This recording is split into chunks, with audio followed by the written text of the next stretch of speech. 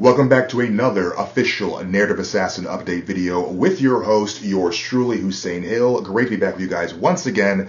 I know that I said I would try, emphasis on the word try, to make my next video a full-length Narrative Assassin episode, but unfortunately that's not the case. So what I will be doing, and this will kind of guide us right into logistics, the preamble logistics of these update videos. What I'm going to try doing is release a video between every Monday and Tuesday of every week going forward. So that will kind of supplement the lack of a consistent episode-driven sort of show. And for those of you who have been here for a while and are new, just to kind of give you guys a heads up, the actual episodes will pretty much look like this, just with more production with regards to like an intro and an outro, and there might be, I don't know, there might be more like long-formed investigating articles and that kind of stuff, but it's going to be basically this. It's going to be just kind of straight up traditional YouTube videos, as it were, traditional commentary videos. So that's that with the particular scheduling and the particular dynamics of the show itself. Let's just get into the other logistics as well.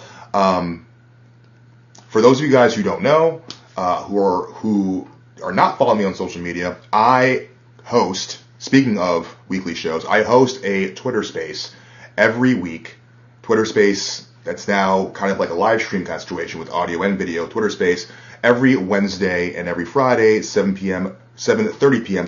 Eastern, every single week. So check it out. So again, in lieu of not having consistent videos, just go over to Twitter. It's in the description below, and make sure to check out the Narrative Assassin official spaces every Wednesday and every Friday, 7:30 p.m. Eastern. And also, with that said, if you like this video and like the content, please go in the description below and follow me on all of the platforms there, which would be X/Twitter, Rumble, YouTube, and also please go on Twitter and follow the Federalist Press for any new viewers. That is the outlet that I am the owner of. It's like a news, current events outlet, so follow that outlet on X as well, and Rumble, as well as YouTube. Actually, no, just Rumble.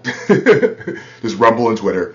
And, of course, follow me on Telegram, along with TFP on Telegram. Try to get all the stuff out there as well. Try to get all the sort of things out there. And, of course, if you like the content as well, donate to the Buy Me a Coffee /Hussein Hill link, or you can go straight to Cash App and go to NAHill86. I do apologize. It's been a long, extremely productive day, but long day. So I am kind of very tired and sort of out of sorts, as they say, and or fucking exhausted. I'm extremely fucking exhausted, but it was a really productive day. And that's another thing to talk about with the logistics, and this will be the last bit, I guess. I'm looking to get back into writing. I haven't written in at least, 3 to 4 years, something like that, maybe more. And I'm looking to get back into writing, and I'm looking to release at least 3 articles in the next 3 months, an article a month. So look out for that.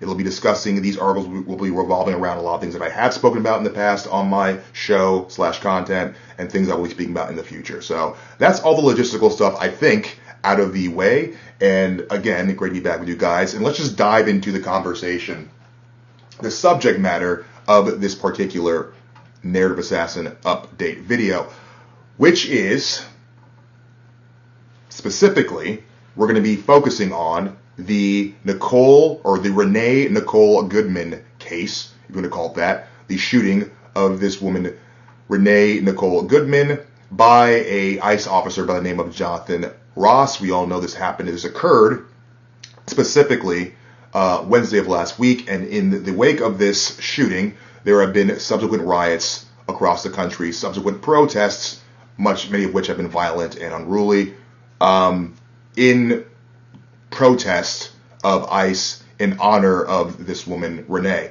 And I want to use this, we're going to first focus on the story first, and then we're going to use this story to branch out to a broader conversation I think is very important, and that this particular situation demonstrates, which is the war against Americanism.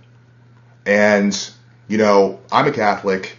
Many of my followers that follow me on social media and watch my show or watch my channels, etc., they're also Catholic. So when Catholics in particular hear the term Americanism, what comes to mind, what's evoked in their minds is Pope Leo X, and Pope Leo X's very famous dictum that Americanism is a heresy. And there is some truth to that. I mean, as a Catholic, I believe that particular contextual dictum by Pope Leo X, but I don't want to focus on that specific definition of Americanism for the sake of this video. I will kind of allude to how there's some of that, how that definition applies broadly to this particular situation and the broader analysis I want to get into, because there are other things happening in the current events, environment, in the news, in the country, in the world, that are adding to this war against Americanism. So I don't want to necessarily take the term Americanism in its negative sense. I want to address it in a positive sense. But again, let's just go back to brass tacks here with the shooting of Renee Nichole Goodman. So, pretty cut and dry. If you watch the video, which I have, and I think everyone's watched the video, it's a pretty cut and dry case. A radical Antifa leftist and her wife, her homosexual partner, decide to obstruct ICE agents during a federally sound, legal, constitutionally sound, legitimate operation to enforce immigration policy in the country. That's the long and short of it. There's really no other thing to say about it. And the reason why I want to keep it so short and sweet with regards to the actual details of the story is that should have been the end of the story. That should have been the end of the story. If you watch the video, there's no ambiguity with the footage.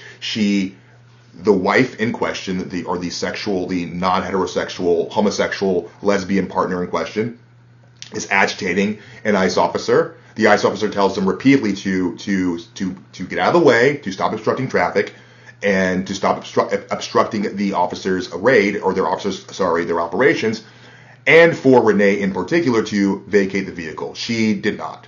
He says over and over again, get out the car, get out the car. At one point he says, get out the fucking car, or get the fuck out the car, one of those two variations of that phrase, and she refuses. And then she proceeds to drive her car into the ICE agent. And so the ICE agent, obviously upon, during this whole situation, acted accordingly. The assailant, or rather the perp, this individual who was perpetrating a crime, obstructing a federal operation, and obstructing traffic, a myriad of crimes, like harassing a federal officer, obstructing traffic, obstructing a federal operation, a sanctioned federal operation, the list goes on. This perp was posing a threat, or at least shown to pose a threat to the officer, and the officer acted accordingly. But of course, the narrative now is that the ICE officer is guilty of police brutality, and furthermore, guilty of tyrannical regime, Trump administration promulgated regime-based tyranny and abuse against its American citizens, because Renee Nichole Goodman, as we know, is a white American, and that's going to be, those two things will be very crucial in the discussion going forward in this video. So the first thing is, obviously, anyone being killed is obviously a terrible thing. I do not support or glee. I don't take any sort of pleasure in watching anyone die, in general, period. And so while I do find the George Floyd meme hilarious, it is objectively hilarious. I'm not going to lie about that. I do think there is a level to which that we should try to treat the death of this woman with some level of decorum. However, with that said, that decorum must be tempered with just a straight, brutal, sort of like common sense conservative, right? Common sense right wing, common sense American assertion that you play stupid games, you get stupid prizes. You fuck around, you find out. And furthermore, let's kind of investigate briefly what kind of woman Renee Nichole Goodman was. Renee Nichole Goodman, by all accounts, was a Satanist. She was an Antifa member. She was a radical leftist. She was the kind of person that probably did, and if she didn't, she actually would have, celebrated the assassination of Charlie Kirk. She's the kind of woman that probably throughout her life has launched multiple arguments and propaganda-based sort of positions about the patriarchy and about white supremacy and the intrinsic biological malignancy of white people, and how European American society are tyrannical and malevolent and so on and so forth. And of course, she was an advocate of non-heterosexual advocacy, normalization, the LGBTQ, as it were, the normalization of sin.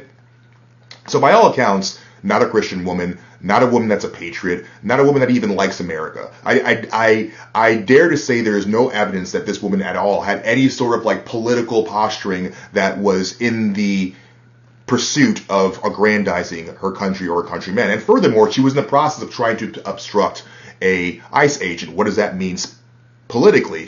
Politically, that means, and we know that she advocates for this clearly, she was in the process of trying to stop someone from deporting illegal aliens from our country, and she was also participating in a nationwide effort to promulgate an open border policy in this country, which would lead obviously to the furthering demographic change in this country, the furthering replacement of white Americans in particular, another important thing to point out, and the further degradation of just general border-based American sovereignty. So that's basically what she was. She was a political radical.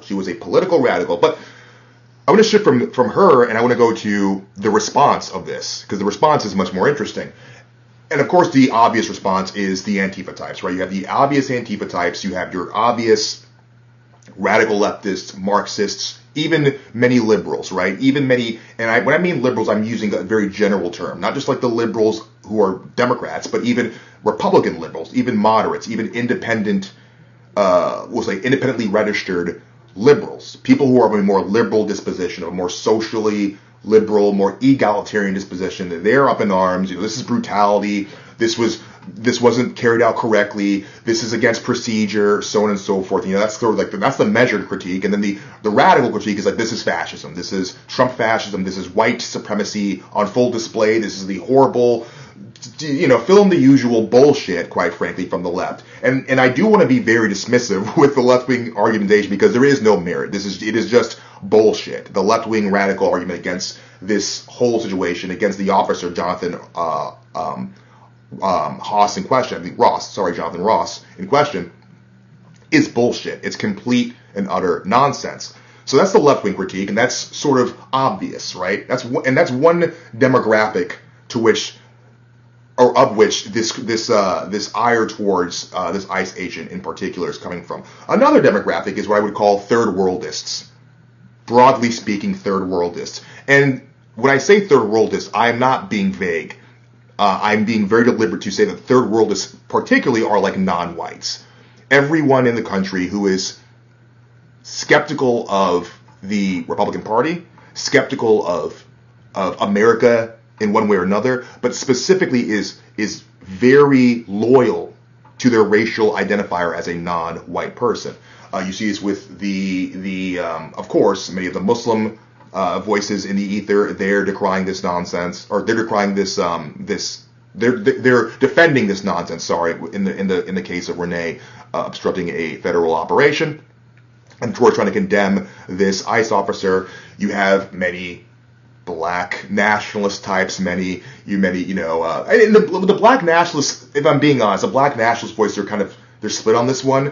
But to also be honest, and we'll get to this, we'll explore this deeper in this video as well, the ones that are like defending the ICE officer are not doing it for the reasons that, the white patriots, the white conservatives so-called, are doing it. So that's worth keeping in mind. But nominally speaking, there's an outcry from like white, or rather black, pro-black advocates in one way or another, but specifically the Hispanic community, right? The La Raza-based Hispanic advocacy groups, they're up in arms. So basically there is a push, and you see other people, someone that I said on a recent Twitter space, recent X space, that I like his content, I think he's a decent person, but people like Sneeko, who in all intents and purposes is not a liberal per se, he's not a leftist per se, but he is someone that is obviously non-white, and he identifies with being non-white more so than the fact that he's part white as well, but he identifies more with his brown non-white side, I suppose, and he's a Muslim, so he has that sort of like cultural, ethnic, and religious tethering to the third world, literally. And then there's another demographic in the ether, a third demographic, and this one is, again, it's almost as broad as the first demographic with leftists and liberals, right? Which is hyper-Israeli skeptics. And that would include libertarians, that would include white nationalists, that would include, anyone and everyone that is hyper-focused on Israel, hyper-focused on the the influence that Zionism and that Jewry and that Judaism and that specifically Israel has in our government, in our culture. And their argument spans from, again, it ranges from police misconduct, improper training, should have paid attention to, he should have conducted himself more safely, more with more decorum, so on and so forth, unprofessional, whatever, to the most bizarre arguments, saying that because Jonathan Ross, is married to a Filipino woman, and that he shot a white woman, that somehow Jonathan Ross is engaging or perpetuating white genocide, even though Jonathan Ross's entire career since 2007 has been committed to keeping out foreigners, and we all know the types of foreigners that he was keeping out. He wasn't keeping out South Afrikaners or illegal Swedes or British students on a visa. He was keeping out fucking Mexicans and keeping out illegal third world immigrants, which obviously contributes to stopping or hindering the demographic replacement that is occurring, particularly amongst the dwindling white majority. So those are the three sort of demographics of people that are taking the side of Renee in one degree or another and decrying Jonathan Ross and pushing this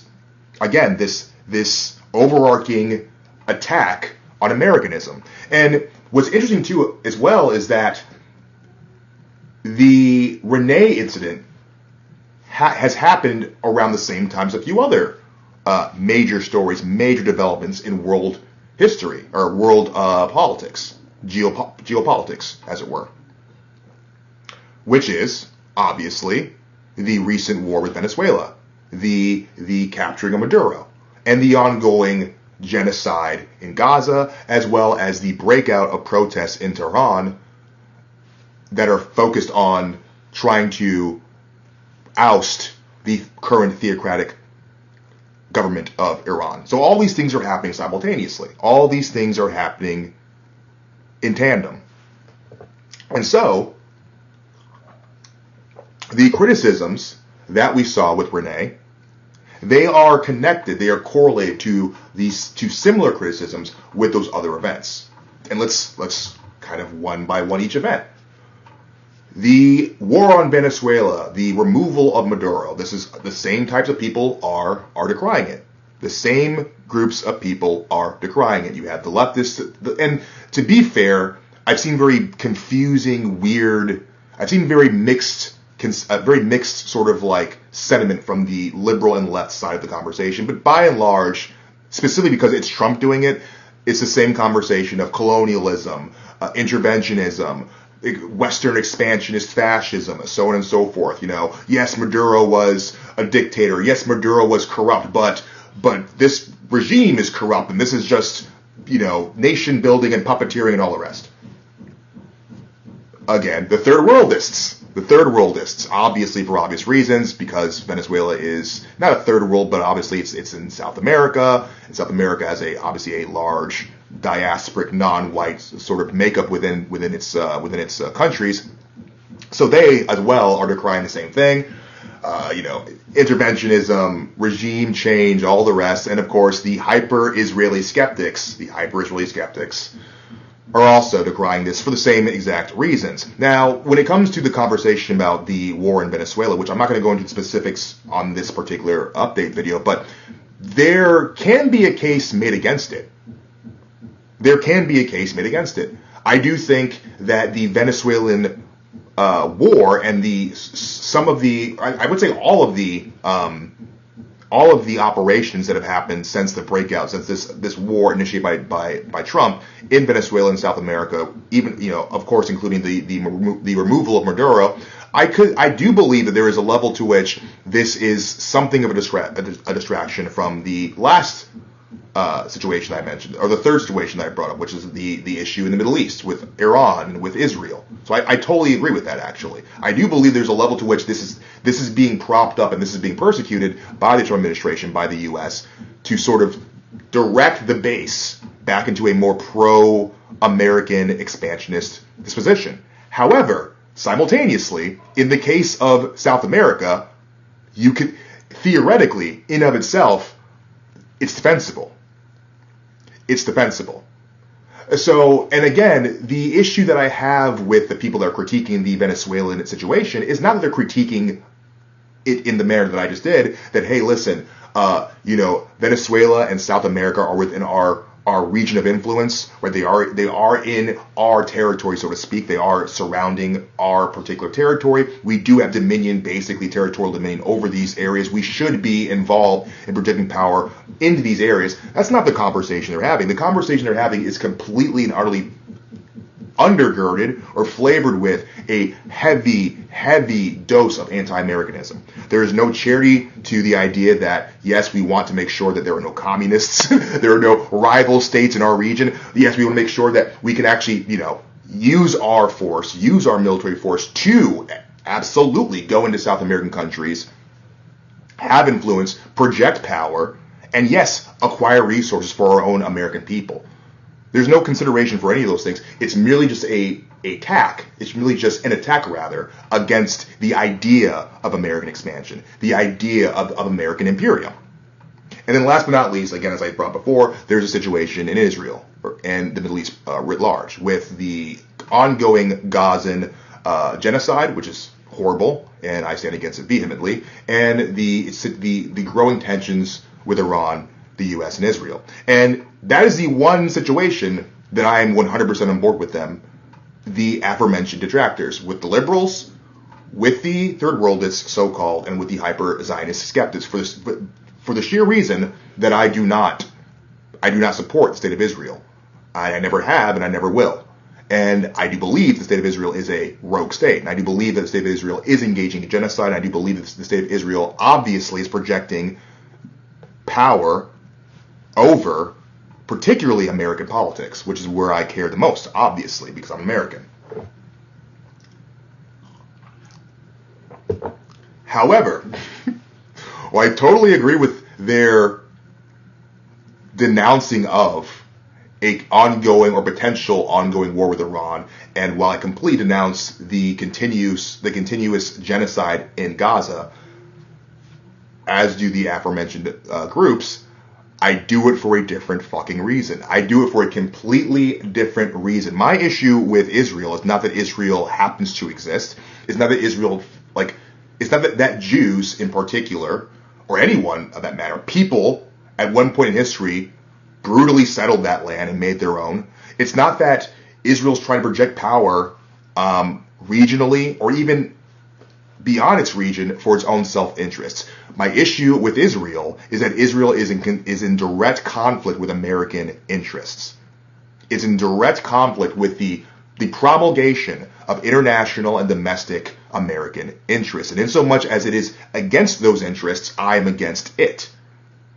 And so, again, these third worldists, these liberals, and these hyper anti-Zionist types, they can be best described as petty nationalists, decentralists, and in some cases anarchists, really, in some literal cases. These people have no particular national or political goal or vision. Rather, they are perpetual detractors. They are perpetual rabble.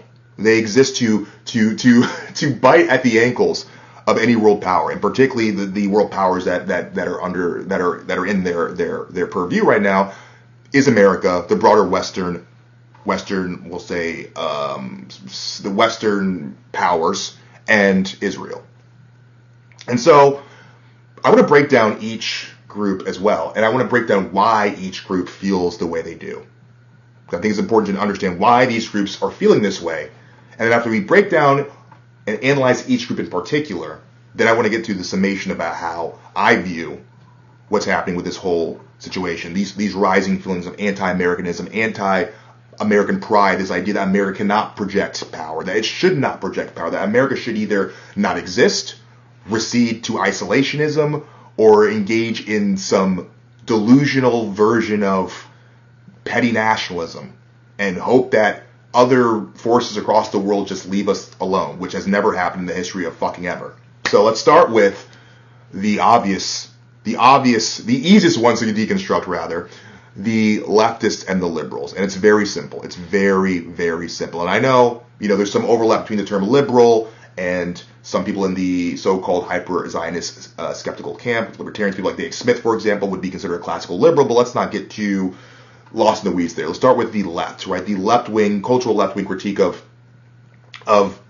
the deportations in particular, as well as the expansionism of America's imperium in particular. Let's start with those two things.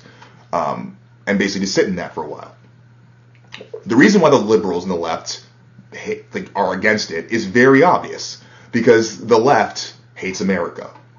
People want to sit there and be like, well, we have to, and I've done the same thing too. I do believe in nuance. I said before, and I'm going to actually echo this again at the end of this video, we should kind of transcend the partisan Republican Democrat lines. We should transcend the petty superficial left wing versus right wing. However, there is a reality to people finding themselves or accruing themselves at different distributions of political thought, that we can't deny the reality of political dynamics and political dialectics and how certain people are attracted to these things. So if you are a left-winger, if you're a hardline left-winger, 9 times out of 10, you're attracted to the left because you are anti-American. You find America to be utterly, what's the word I'm looking for? Unsalvageable, or irredeemable is a better word. These people find the American Republic, as people like to, at least it was, and I would say now the American Empire, as an irredeemable project, an evil project, a project worthy of decimation and extinction. So that is it. And I think when people like myself, who are critical of Israel, who are critical of Zionism, who are critical of the Trump administration, I have been and I will continue to be critical of the Trump administration. I've been critical of the Republican Party, and I have been and will continue to be critical of the Republican Party.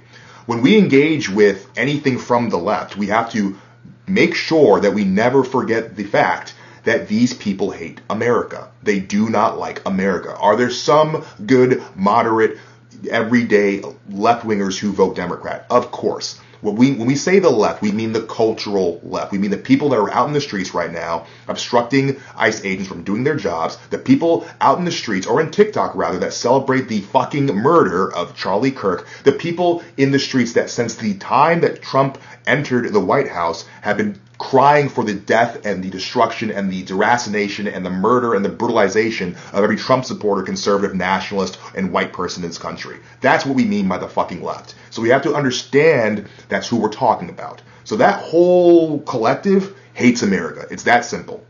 Moving on to the third worldists, similar, but even a deeper issue, because at least with the left, by and large, we're discussing, we're talking about white leftists. And yes, the racial aspect is important, and it will be brought up in this conversation and in this video. At least the leftists in question, the majority of these leftist activists, are white and Jewish, but white. But for the sake of this conversation, because this video is not going to be talking about Jewry in particular, but Jewish and white, lots of whites, right? And I have seen that white leftists can be reasoned with when you speak to them in egalitarian Western European terms about civil rights, about due process, about the rule of law. Enter third worldists. And when I say third worldists, yes, I am saying non-whites in particular. These people equally have a resentment against America, but it's racial. I saw a lot of MAGA people, a lot of Trump supporters on Rumble and YouTube covering the events, these ongoing demonstrations against ICE in the wake of Renee's killing, and they're watching the footage on the ground, and there's people going up to them, or rather they're watching protesters going up to ICE agents who happen to be Hispanic or who happen to be black, and they're saying things like, "Hey, how could you be on the side of the colonizer? Hey, you," to the Hispanic types, "Hey, you're Hispanic, you're an immigrant, how could you be on the side of the..."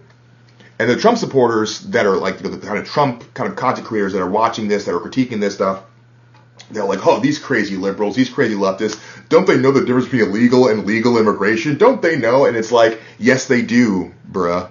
They understand completely the difference between legal and illegal immigration. But when these brown and black and Hispanic types go out to these rallies, they're not speaking in legality. They're speaking in tribal racial terms. They're saying to their fellow Hispanics, their fellow South Americans, their fellow people of color, so-called, why are you siding with the white society? Why are you siding with the tyrant, the colonialist? So these third worldists in particular, some of which I would say, again, I would throw Sneeko among them. I like his content. I've been critical of him on X. I have no issue with Sneeko. But, like Sneeko, and sometimes even like Andrew Tate. I haven't seen his takes recently on this particular issue, but he's made some latently third worldist takes as well. If we're just keeping things 100, keeping things a buck. But these people who go onto the ether and talk about, colonialism this, and American this, and Trump said the Haitians that, and they're compelled by a racial animus. They view America accurately as a white nation, as a historically majority white nation, and that infuriates them because people want to sit there and they want to go through the conversation of slavery and the conversation of colonialism. And yes, of course, these things happened. These things are not Christian. These things are not moral. With regards to slavery, colonialism, different story in general, but there was some brutality. There were some particular instances within the overarching history of colonialism that, yes, were probably lesser than Christian. I'm sure there were things that happened that were not things that God and or Christ smelled upon. However, it happened. And slavery, of course, not Christian, in the sense of the chattel slavery that is always referenced in these conversations. Not Christian, not above board with the Catholic or Christian faith, but it happened. And in the wake of those things happening, the lives of the third worldists, or these third world peoples, or these non-whites, has exponentially improved. Many of them have come to America. Many of them, for the blacks that were brought here on slave ships, they were emancipated. They were given rights. They had decades, and they continue to have decade-long marches into the institutions, demanding more and more rights and more liberties, to the deliberate detriment of the dwindling white majority of the country. So third worldists, again, they just simply hate white people. And as many of you guys know, I am a mixed race guy. My mother is white, sorry, my dad is black. And so I have no animus with black or brown people, as it's called. I am a brown person. But besides the fact that there is a genetic link with myself and with the European, we'll say, culture and or broader diaspora, if you want to call it that. Besides that fact, I'm an American. And everything that I am is a product of European culture. I speak the language. I wear the clothes. I'm wearing a suit. This is a creation. This is a creation and a style that is derived from the British Empire, the British culture, the Anglophilic culture. So, rather Anglo-Saxon culture. So again, I'm an American. America is a product of Europe. One can argue America is something of a pan-European project that happened to have, we'll say, one long-standing minority that entered the picture relatively early and then subsequently tried to maintain that and then kind of broke down along the way and opened up the floodgates to a bunch of other minorities who had no intention of assimilating. And the early coming minorities, aka Black Americans, in the form of Black Americans who descended from slavery, many of them are not assimilated. Many of them have no desire to assimilate. What they've done now is create a separate society that seeks to undermine white society. So that's the third worldist analysis. If we're being honest, that is what the third worldist mind is driven by. It's driven by this resentment, and it's driven by the resentment. And I think I may have glossed over this because I may have went on a tangent for a second, but it's important to know because I want to get into all of this. It's going to be a long update video about this. They're upset that they did not find the American project. They are upset the project nation. I'm sorry. They're upset that they were not the founders and the settlers of America. That is what this comes down to. The reason why these non-whites, the reason why these third worlds are so upset about America, about these colonialist things and the past harms of America, because it's a blood libel. It is a intergenerational blood libel that they did not create this empire. They did not create Western European civilization, yet and still they are obvious benefactors of it. Beneficiaries of it. They are obvious beneficiaries of Western white European civilization, and they had no pronounced, no primary hand in cultivating it. And that fills them with resentment. That fills them with, in many cases, anxiety. In many cases, negative self-image. Because it's not great when you start looking into race, and you start looking into IQ, and you start looking into the racial outputs of different groups. The results are not exactly things that make you feel great, but they just happen to be the case. And European society is at the forefront of development. And America is a product, I would say, is the beachhead, as I mentioned in my last update video. It is one of the last standing beachheads of said European excellence, development, and greatness. And then on to the last but not least, we want to move right on to the hyper-Zionist camp. These guys, again, amalgamation of libertarians and white nationalists. And I kind of already explained the libertarians earlier when I broke down the liberal left-wing sort of conversation.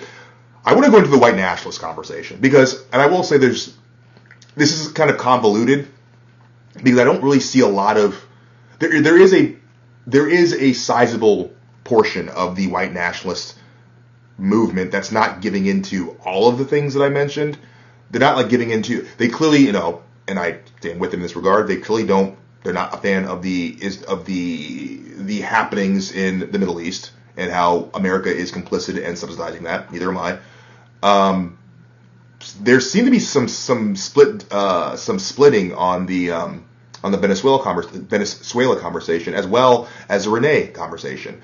There seem to be many of them that are saying, this is, we're defending our borders. She's a leftist. She hates America. Yeah, she was white. And it's sad to see a white person die. It's sad to see anyone die, for that matter. But in the lens of a white nationalist, it's sad to see a white person die, which I agree. But she was obstructing a federal operation, and she wants open borders, which would obviously result in the complete erasure of the white majority. And she was engaging and promotes homosexuality, which obviously hinders any promulgation of any ethnic or racial group. But there is a sizable part of the white nationalist movement that is now on the side of left-wingers, on the side of Renee Nichole Good, and on the side of criticizing the Venezuela expansionism, the Venezuelan war. And their argument is similar to the left-wingers and to the Third World. It's almost identical, except their claim is, well, it's because of the Jews. Because the Jews run America, and because the Jews run the West, because that is the case, nothing that America does ever can be good, essentially. Nothing that we can do in our self-interest, nothing that we can do for the sake of expansionism can be good because it will always be driven by Jewish interests, a fundamentally anti-white Jewish interest. And I will take that point very seriously and contend with it. There is a lot of truth to that. Because I said earlier before, my issue with the only issue that I have with Venezuela, or rather the Venezuelan operations, is that I don't believe that they're being done purely in the interests of America, and or Americans for that matter. I don't believe that this is a genuine attempt by the Trump administration or by the federal government at large to expand the American empire for Americans by Americans, so-called. I don't believe that 1 second. I mean, the pretext, the idea that we're going to war with Venezuela for drug cartels is false, because the drugs do not come from, the majority of drugs, if at all, come from Venezuela whatsoever. They come from Mexico and other surrounding areas like that. So the pretext is extremely flimsy, and I do believe the timing is also very curious. The fact that this is being launched during all this acrimony in the Middle East. So I 100% agree with that critique that there is something fishy going on. However, and here's the nuance for the white nationalists to comprehend, and this will explain why they do what they do. When an opportunity, when a door opens for Americans to project themselves positively, it must be exploited. It must be celebrated, and it must be exploited. That's number one. Number two, do not conflate the infiltrators and the invaders within your government, because there's been subversives and infiltrators in every great empire and civilization since the dawn of man, since the fall, so to speak, since the beginning of civilized society, right? That's always been the case. It always will be the case till the end of time. So don't conflate the enemies within the gates, the subversives, with the ability to love your nation, to exalt your nation. So, for example, I have some questions about Venezuela, about why we are invading Venezuela, why we are doing these operations, but I absolutely want those I'm absolutely on board with expanding and capturing power within our own region. I'm not happy, rather, with the lack of mass deportations being prosecuted by Trump, but I'm happy that there are deportations happening. And when I see an ICE agent doing his job to deport illegal aliens, and a fucking leftist who hates herself, obviously, and hates America, and definitely hates white people, tries to obstruct him and possibly kill him, she needs to be put down. She has forfeited her right to live. And the reason why some of these, and I say a larger amount of white nationalists than I ever thought possible, actually, are doing this, because white nationalists in themselves, and this is the entire spectrum of the big W, big N white nationalist scene, they share something in common with the black nationalists. Their only concern is racial idolatry. Their only concern is to exalt their own racial, material superiority for the sake of itself. Many of them have little to zero plans for the future. You have a few people in the ether. Arbol, I'm not going to get too much into that. Specifically, I have some opinions on him, but at least Arbol has a plan. Then you have people that I really do respect, like Jared Taylor, for example. Jared Taylor actually has a plan. He has conferences.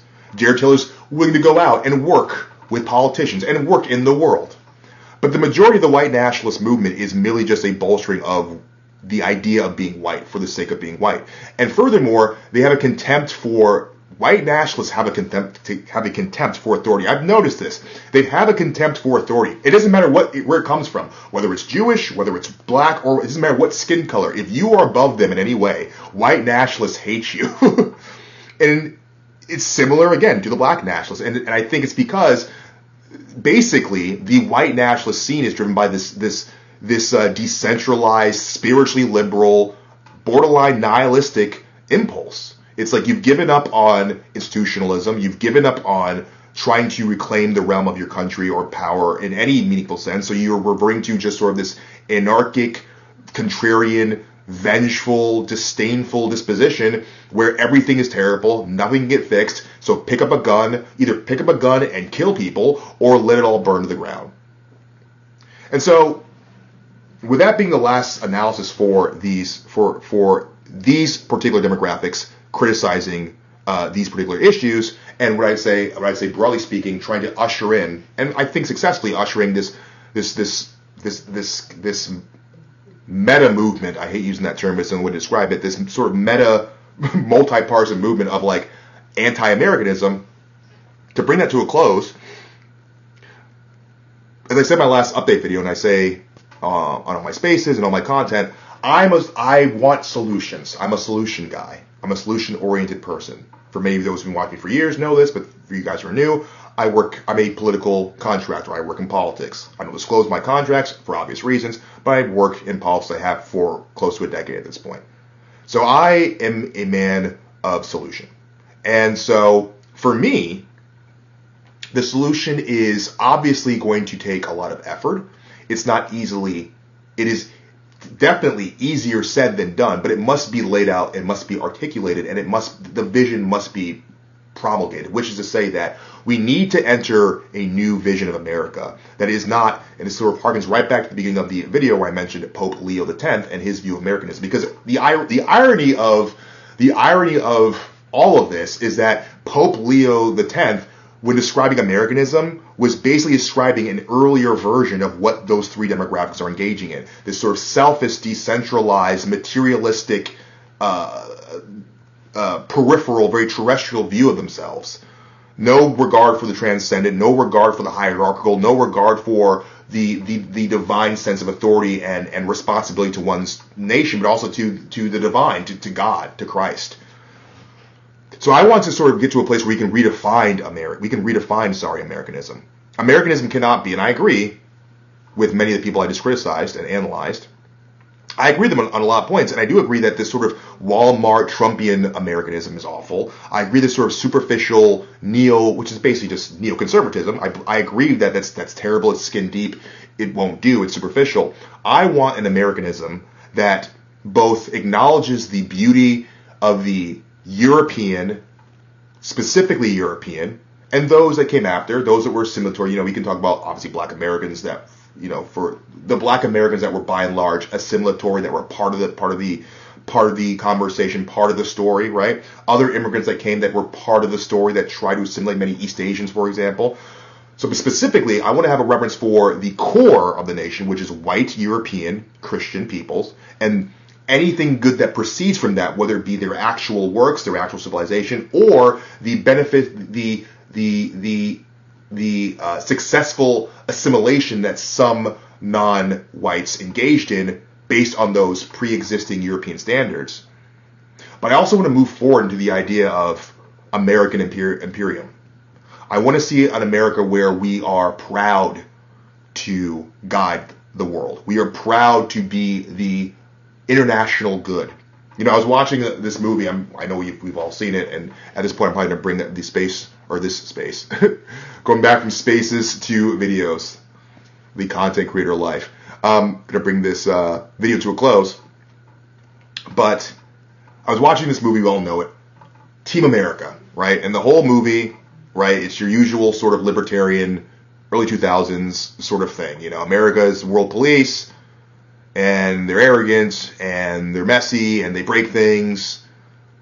But I think even in that movie, they kind of acknowledged this point, which is, America is loud, America is chauvinistic, America is grandiose, and America's also good. It's all those things, and it's necessary. And I even saw myself do this as I, proceeded down the path of discussing things and investigating things like Zionism, like Jewish power in the world, sort of investigating the real deconstructing conservative myths or right-wing myths about the founding fathers and about the founding stock. I found myself at some points being like, I'm kind of becoming anti-American, or feeling I'm losing my patriotism. I'm losing that desire to defend America as a concept, let alone a nation, and that is a dangerous place to be. And I refuse to go down that path. And I would say that everyone that's engaging in that path, besides the obvious detractors of America, like the leftists, and I would say basically all the third worldists, those of you who are trying to do the right thing, who don't hate the foundation and the ancestry of this country, you don't want to see this country burn or fall, reject that impulse. We have to create and innovate and even rhetorically speak into existence a new vision for America. American imperium. It has to be guided by Christianity and white identity. And it has to be able to be comfortable with proper exaltations of expansionism, proper exaltations and projections of international power. Because if you want to have a strong nation, whether it be for white people, for people on the far right, which by and large I'm a part of that as well, for white people, for nationalists, or even for the liberals and the libertarians, if you want to have your liberty, you want to have a modicum of liberty, you want to have a modicum of pluralism, you want to have at least a modicum of a society where people are at least treated with some level of human dignity, you're going to have an American empire for all those things.